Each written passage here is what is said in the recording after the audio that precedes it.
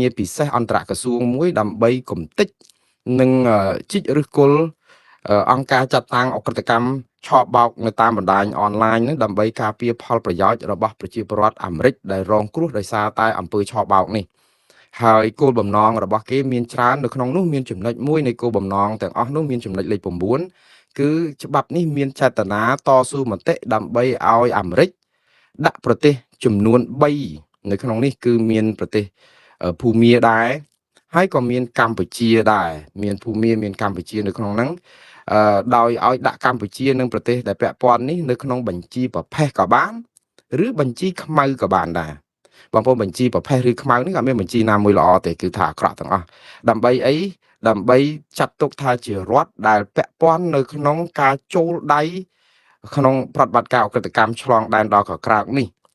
ហើយក្រមការងារហិរញ្ញវត្ថុត្រូវចាត់ការរឿងនេះតាមការគួរនេះគឺជាសេចក្តីស្នើច្បាប់ហើយបុគ្គលនិងក្រុមហ៊ុនជាច្រើនដែលមាននៅក្នុងបញ្ជីរាយនាម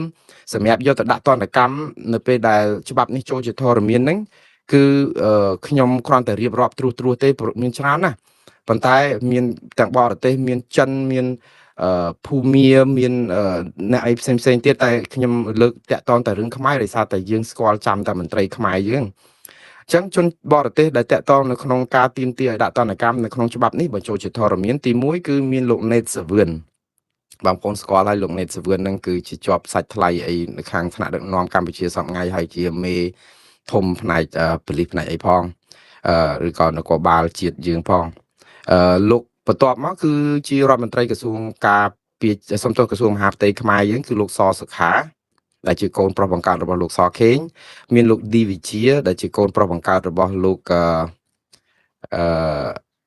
ហុកឡុងឌីលោកហ៊ុនតូដែលជាក្មួយជារបស់លោកហ៊ុនសែនលោកកុកអានដែលជាអ្នកអង្គការដែលត្រូវថៃចេញទៅការនិវេសក្រហមតាមចាប់ហើយដែលមានកាស៊ីណូបនលបែងនៅតាមបណ្ដោយព្រំដែនជាច្រើនហើយជាហឹបប្រាក់របស់គណៈបកកណ្ដាលអំណាចយូរដែរហើយនោះលោកគុជចម្រើនលោកឡុងឌីម៉ង់និងមានយ៉ាន់បូរិតយ៉ាន់រងយ៉ាន់សិតសាយឹមលាក់អីអញ្ចឹងនេះគឺជាឈ្មោះបុគ្គលមួយចំនួនដែលខ្ញុំមិនអាចរៀបរាប់អស់ទេព្រោះมันច្រើនហើយមានជនជាតិចិន Gen Z ដែលជាទីប្រឹក្សារបស់មន្ត្រីជាន់ខ្ពស់រដ្ឋាភិបាលយើងហើយដែលត្រូវចិនថ្កោលទោសតាមតរោះចាប់ដែរនោះហើយមានក្រុមហ៊ុនមួយចំនួនដែលពាក់ព័ន្ធនៅក្នុងការដែលដាក់ទណ្ឌកម្មនេះខ្ញុំលើកយកតែត្រួសខ្លីៗទេគឺមាន UDG គឺក្រុមហ៊ុនចិនអភិវឌ្ឍពលានយន្តហោះមួយនៅតារាសាគរខេត្តកោះកុងបងប្អូនគម្រោងជាង$1000ក្រុមហ៊ុន UDG នេះក៏ពាក់ព័ន្ធនឹងការកាប់បំផ្លាញព្រៃឈើនិងរុះរើផ្ទះប្រជាពលរដ្ឋមិនសងសំណងសមរម្យនឹងក៏ច្រើនដែរហើយក្រុមហ៊ុនបន្តទៀតនេះគឺមាន Huiwan Group បាទក្រុមហ៊ុន Huiwan ដែលជាក្រុមហ៊ុនឆបោកអនឡាញមួយដែលរដ្ឋាភិបាលអាមេរិកបានដាក់ទណ្ឌកម្មរួចទៅហើយដែលមានលោកហ៊ុនតូជាប្រធានហើយមានក្រុមហ៊ុនច្រើនបន្តទៀតដោយសារតែនៅក្នុងច្បាប់នេះហើយនិយាយទៅជារួមគឺស្របតាមអ្វីដែលរដ្ឋាភិបាលអាមេរិកបានដាក់ទណ្ឌកម្មរួចទៅហើយដែរទេគ្រាន់តែថាគេធ្វើច្បាប់បន្ថែមទៀតដើម្បីឲ្យវាមានឥទ្ធិពលអន្តរក្រសួងនៅក្នុងការដោះស្រាយបញ្ហានេះបងប្អូនតាមពិតទៅដំណឹងអស់នេះអីហ្នឹងគឺអៀនមាត់នៅក្នុងការផ្សាយខ្ញុំពេលដែលផ្សាយនៅក្នុងស្រុកពេលយើងកំពុងមានរបួសលបងបលាលួសគេយកមករាយពេញទឹកគេឈូសផ្ទះយើងគេឈូសដីយើងគេរាវមីនលើដីយើងគេចាក់មីក្រូតម្លង់អីលាក់នឹងយើងនឹងវារងកម្មអារឿងឥឡូវកូរ៉េខាងត្បូងនឹងតាក់តងចាប់ចម្រិតទាប្រាក់សម្លាប់មនុស្សធ្វើឲ្យយើងបាក់មុខបាក់មាត់រឿងវាច្រើនពេកដល់ពេលយើងនិយាយពីរឿងអកុសលអីអញ្ចេះហ្នឹងគឺមិនមែនជាដំណឹងដែលគួរឲ្យសាទររបស់ស្រុកយើងទេបងប្អូនក៏ប៉ុន្តែរឿងទាំងអស់នេះមិនមែនជាយើងឈឺចាប់ហើយវាកាត់ឡើងឯងទៀតរឿងទាំងអស់នេះគឺវាជារឿងដែលគេបង្កាត់ភ្លើងយូរហើយអាផ្សែងខ្មៅអ៊ូលអាប់លើផែនប៉ូស៊ីទីរបស់កម្ពុជានឹងវានៅហោះវល់វាមិនទៅណាឆ្ងាយព្រោះភ្លើងវាអត់រលត់ដែរបងប្អូនឥឡូវនេះភ្លើងនេះកំពុងតែខ្មួលខ្មាញ់ហូរត្របាញ់ហោះហើរលើផែនប៉ូស៊ីទីលើអាវេហារបស់យើងនឹងគឺមកអាប់អួរដល់ស្ថាប័នរដ្ឋសភារបស់អាមេរិកដែលធ្វើឲ្យគេឈ្មោះរបស់កម្ពុជានឹងអាប់អោននៅលើសកលលោកកាន់តែខ្លាំងថែមទៀតប៉ុន្តែសួរថាយើងឈឺចាប់នឹងបានប្រយោជន៍អីបងប្អូន ការឈឺចាប់របស់យើងគឺយើងបានតែឃើញថាភាពអាក្រក់របស់ជាតិសាសន៍យើងក៏ប៉ុន្តែទាំងអស់ទាំងគឺកើតឡើងមកពីប្រព័ន្ធដឹកនាំរដ្ឋគឺបានន័យថាអ្វីៗដែលកើតឡើងនឹងឲ្យបនលបែងអនឡាញស្អីនឹងដែលកើតឡើងយ៉ាងកក្រើកនឹងគឺដោយសារតែយើងអត់បានទប់ស្កាត់វាមានប្រសិទ្ធភាពហើយបើសិនជាយើងទប់ស្កាត់មានប្រសិទ្ធភាពហេតុអីបានជាគេកោតទោសហេតុអីបានជាមានឈ្មោះមន្ត្រីជាប់ឈ្មោះនៅក្នុងនេះសុទ្ធតែជាមន្ត្រីក្រាក់នៅក្នុងជួររដ្ឋាភិបាលតើឲ្យគេទុកចិត្តរដ្ឋាភិបាលយ៉ាងម៉េចបើសិនជាមន្ត្រីយើងសំបីមេប៉ូលីសដោយលោកណេតសាវឿនហើយឥឡូវមកជាប់លោកសសុខាដែលប្រជាពលរដ្ឋខ្មែរជាច្រើនណាស់មើលទៅឃើញក្រុមគ្រួសារតកោសនេះជាពិសេសលោកសខេងនេះថាបីដូចជាក្រុមប្រឆាំងនឹងឲ្យតម្លៃខ្លាំងថាជាអ្នកស្អាតស្អំអ្នកដែលមិនប្រព្រឹត្តបាត់ល្មើសអីច្រើនទេនៅក្នុងចំណោមមន្ត្រីតកតនៅក្នុងជួរគណៈបកប្រជាជនកម្ពុជាឥឡូវនេះមានលោកសសុខានៅក្នុងនឹងដែរដែលដូចថាមាត់តបនឹង4ម៉ាឡូ12អីចឹងដែលធ្វើឲ្យរឿងនេះគឺជាដំណឹងមិនល្អសម្រាប់ក្រុមគ្រួសារតកោសដែរហើយក៏មិនមែនជារឿងល្អសម្រាប់ប្រទេសជាតិយើងតែមួយខ្ញុំជឿថាអស់លោកមិនសម្រាប់ដៃទេបន្តិចទៀតច្បាស់ជាចេញសេចក្តីថ្លែងការណ៍តបនឹងគេវិញមកចោទប្រកាន់មន្ត្រីតំណាងរាស្ត្រសហរដ្ឋអាមេរិកនឹងខ្វះព័ត៌មានស្ដាប់តែក្រុមប្រឆាំងតែមួយខាងធ្វើសេចក្តីស្នើច្បាប់ដោយមិនពិគ្រោះជាមួយរដ្ឋាភិបាលអីលក្ខនឹងទៀតហើយសេចក្តីថ្លែងការណ៍ហ្នឹងគឺមានតែប៉ុណ្្នឹងឯងអាចនឹងស្ថាប័នរដ្ឋសភាកម្ពុជានឹងចេញមកនឹងថាអ្វីដែលធ្វើនឹងគឺជាការលៀបពណ៌លុះតាមអនាគតជឿតាមគណៈបកប្រឆាំងញុះញង់អីទៀតដែលតាមពិតគ្មានគណៈប្រឆាំង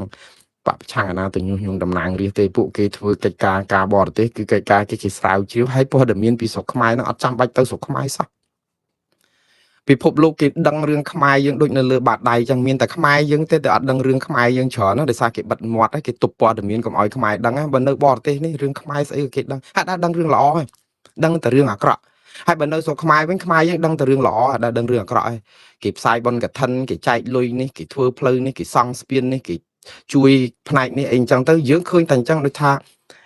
មាត់ដងដែលគេបើកឲ្យខ្មែរយើងមើលឃើញហ្នឹងគឺប៉ុន្តែក្បាលប៉ុន្តែចង្អេហ្នឹងតែអញ្ចឹងយើងជាកង្កែបទាំងអស់នៅក្នុងដងហ្នឹងអញ្ចឹងរដ្ឋាភិបាលបើកតែមកចង្អេហ្នឹងទៅឃើញផ្ទៃមេឃហ្នឹងប៉ុន្តែចង្អេហ្នឹងឯងប៉ុន្តែខាងក្រៅហ្នឹងគេមើលឃើញមកហ្នឹងលឺយើងស្រេចទៅហឹងពេញនៅក្នុងដងហ្នឹងដូចក្អាត់អញ្ចឹងហ៎បងប្អូនក្អាត់ក្នុងក្អមហ្នឹងវាស្រែកលឺអូយលឺខ្ទរពេញនៅក្នុងហ្នឹងគឺជ័យខុសប៉ុន្តែមានតែគ្នាយើងនៅក្នុងដូនណាគេនោះគេស្ងាត់មាត់អស់គេមើលមកយើងឃើញបញ្ហាយើងមើលអត់ឃើញដោយសារអីយើងអត់មានប្រព័ន្ធផ្សព្វផ្សាយឯករាជ្យប្រជាពលរដ្ឋទទួលបានព័ត៌មានទៅតាមតែរដ្ឋាភិបាលចង់ឲ្យស្ដាប់ហើយអ្នកណាហ៊ានតែនិយាយអីលើសគឺបាត់មាត់ចាប់ដាក់គុកធ្វើទុកបុកម្នេញអានឹងយើងវាអកុសលអញ្ចឹងហ៎បងប្អូនតែយ៉ាងណាដំណោះស្រាយនៅតែមានទេបងប្អូនកុំអាលបាក់ទឹកចិត្តពេកសេចក្តីស្នើច្បាប់នេះត្រូវការពេលតម្រាំចូលដល់ព្រឹទ្ធសភាតម្រាំចូលដល់ប្រធានាធិបតីអនុម័តវានៅយូរខែដែរប៉ុន្តែអារឿងយូរខែឬចាស់ឆាប់ខែឬមិនអីវាមិនមែនជារឿងសំខាន់ទេសំខាន់គឺនៅពេលដែលមានតំណាងរាស្ត្រសហរដ្ឋអាមេរិកមកយករឿងខ្មែរយើងយកមកឈឺឆ្អាលយើងពេលខ្លះបើឈឺឆ្អាលរឿងទៀមទាឲ្យដោះទាហានយើងទាំង18នាក់យើងសប្បាយចិត្តដែរបងប្អូនមិនអញ្ចឹងហ៎ប៉ុន្តែគេអត់អាចទៅចូលរួមដោះទាហានយើងទាំង18នាក់បានទោះយើងខំប្រឹងតស៊ូមតិមិនដោយសារអីរឿងអាស្រូវយើងនឹងវាច្រើនពេកដែលប៉ះពាល់ដល់ប្រយោជន៍ប្រជាពលរដ្ឋអាមេរិកគេណាឃើញទេបើសិនជាទាហានទាំង18នាក់នៅស្រុកខ្មែរនឹងជាប់ឃុំដោយសារតែក្នុងនោះមានជនជាតិខ្មែរអាមេរិកចោះឧទាហរណ៍ដែលធ្វើទាហាននឹងអញ្ចឹងទៅច្បាស់ហើយជាមានការយកចិត្តទុកដាក់ពីអាមេរិកថាអត់មានប្រយោជន៍គេមិនឈឺក្បាលនឹងយើងទេឲ្យតែមានប្រយោជន៍គេបានគេឈឺក្បាលនឹងយើងអញ្ចឹងហើយបានថាយើងត្រូវពង្រឹងប្រយោជន៍យើងសាមគ្គីជាតិយើងខ្មែរស្រឡាញ់ខ្មែរកុំងើបមួយវាយមួយដោះលែងអ្នកទោសមនសិការឲ្យអស់ទៅហើយដល់និយាយរឿងដោះលែងអ្នកទោសមនសិការខ្ញុំតរឿងនឹងចូលទៅហើយអារឿងនេះខ្ញុំស្លេះនឹងប៉ុណ្្នឹងសិនយើងទៅដោះលែងអ្នកទោសមនសិការមិនឥឡូវថ្ងៃនេះលោកកើតសរាយជាប់គុកជាង500ថ្ងៃហើយហ្នឹងបងប្អូន500ថ្ងៃជាងហើយអត់មានចោលមួយថ្ងៃណាទេហើយថ្ងៃនេះគាត់សុំតឡាការសាលាឧទ្ធរនឹងឲ្យគាត់បាននៅក្រៅឃុំពូវាជាប់ច្រើនពេកដូច500ថ្ងៃហើយសុំនៅក្រៅឃុំគាត់តាមមិនឲ្យនៅគឺថាដូចយើងតថ្លៃគ្នាមិនបានសោះហ្មងគឺត្រូវតែជាប់មួយជីវិតឬក៏ជាប់ឲ្យអស់នៃអំណាចសាលក្រម